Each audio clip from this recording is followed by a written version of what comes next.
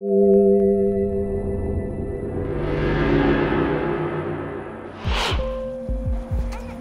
monsieur, bonsoir. Il est à vous le bébé? Il est à vous le bébé? Il est à vous le bébé?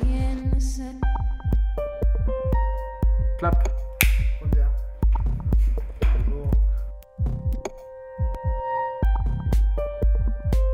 Voici Manuel Chapira qui a remporté l'Audi Talents Awards court-métrage dans la catégorie film court avec La fille de l'homme. Il nous a donné rendez-vous chez lui, à Montreuil. La fille de l'homme, c'est l'histoire d'un mec qui descend dans la rue avec son bébé et qui est pris pour un voleur d'enfants. C'est un fait divers. Je l'ai lu dans le journal il y a 2-3 ans. Qu'est-ce que tu fais avec un bébé? Quoi? Qu'est-ce que tu fais avec un bébé dans ton blouson? T'entends pas quoi, je te parle? Je vais répondre, ça vous regarde pas, ok?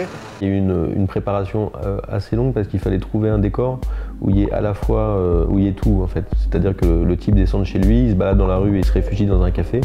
Et il fallait que tout ça soit en fait au même endroit. On a tout tourné en une soirée à plusieurs caméras. Et en fait les comédiens jouaient complètement la scène et c'est juste, j'allais dire nous, les techniciens, qui nous placions en fonction de l'action. Qu'est-ce que vous faites à vous promener en pleine nuit avec un enfant?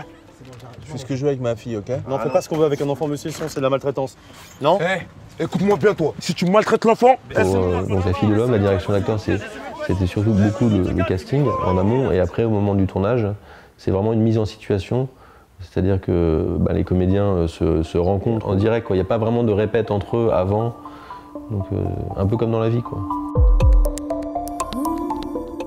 Je viens du 13e arrondissement, d'un quartier qui est vraiment mélangé entre pavillons, cité, à Paris. Hein, mais d'une certaine manière, c'est la banlieue en beaucoup moins dur. Mais c'est les mêmes histoires de différence et de mélange.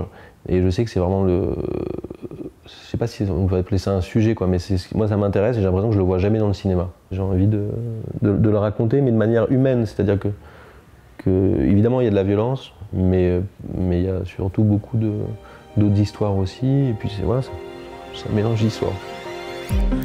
Après mes études de ciné, j'ai commencé à bosser, puis à un moment, je sais pas, j'avais envie de reprendre des études, et effectivement j'ai fait des études de philo, et c'est pendant cette période où j'ai écrit un petit cours, je me suis dit vraiment je le fais comme ça, quoi, pour moi, et qui a hyper bien marché, et qui est l'histoire d'une fille qui est chez elle, et qui passe des coups de fil dans une cabine téléphonique dans la rue. Il y a des gens qui s'arrêtent et qui répondent, quoi. Et puis il y a un jeu qui se met en place. Allô? Salut. Salut. C'est sympa de décrocher. T'as 5 minutes là pour parler avec moi? C'est pourquoi exactement?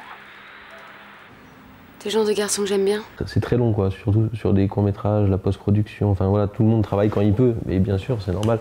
Mais quand tu reçois un appel, qu'on dit oui, bonjour, vous aviez déposé votre film et on voulait vous dire que le jury a décidé que c'était vous qui avez... C'est vraiment génial, quoi. Je me rappelle du coup de fil, quand ils m'ont dit que j'avais gagné, et je me suis dit, essaie de bien garder ce coup de fil en tête le maximum.